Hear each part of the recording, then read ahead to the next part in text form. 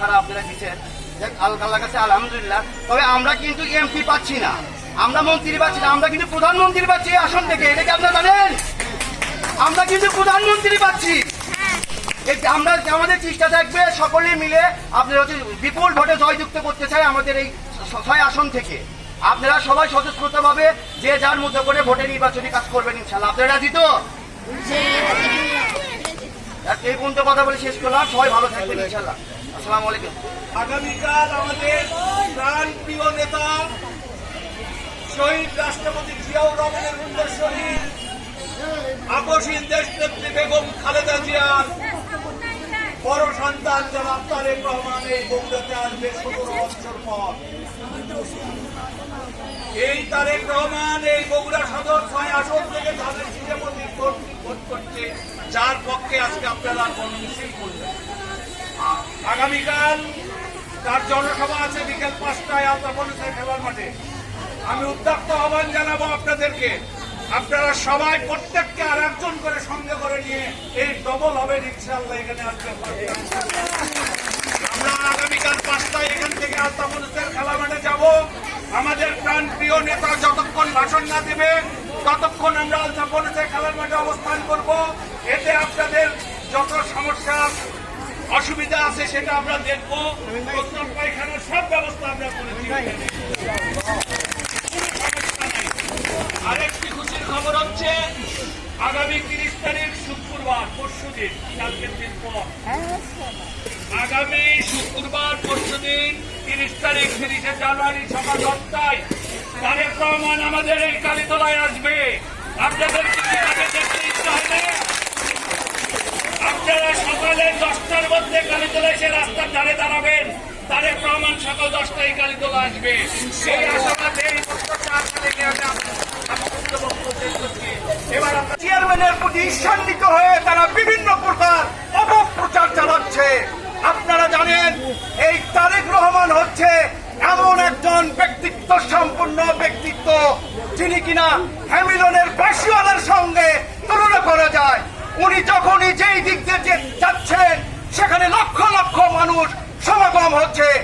এটা দেখে কতিপয় একটি দল ওনারা বিভ্রান্ত হয়ে গেছে, তারা বিভিন্ন প্রকার অপপ্রচার চালাচ্ছে।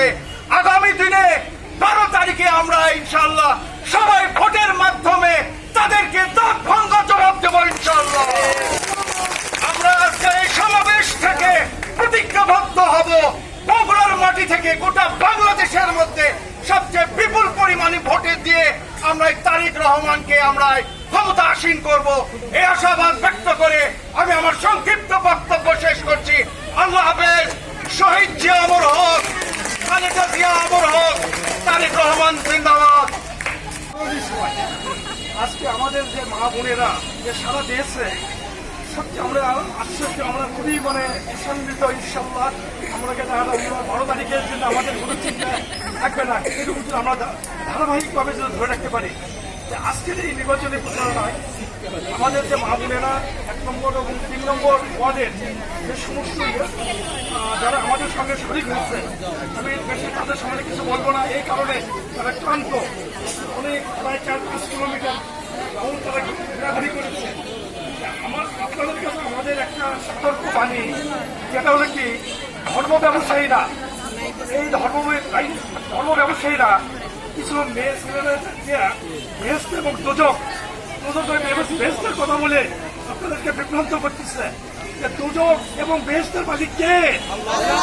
তাহলে কি দাঁড়িপাল্লা ভোট দিলে বেহেশত দোজক আমরা পাবো? আমি সারাদিন চুরি করলাম, ডাকাতি করলাম, নামাজ পড়লাম না, তাহলে কি আমি বেহেশত পাবো? তাহলে কি হবে? অনেক বলতেছে এই কথা যে আল্লাহ পাক্কা দাঁড়িপাল্লা, এই দাঁড়িপাল্লা আমাদেরকে দিচ্ছে। এইভাবে আমাদের মা বোনদেরকে তারা বিভ্রান্ত করতেছে।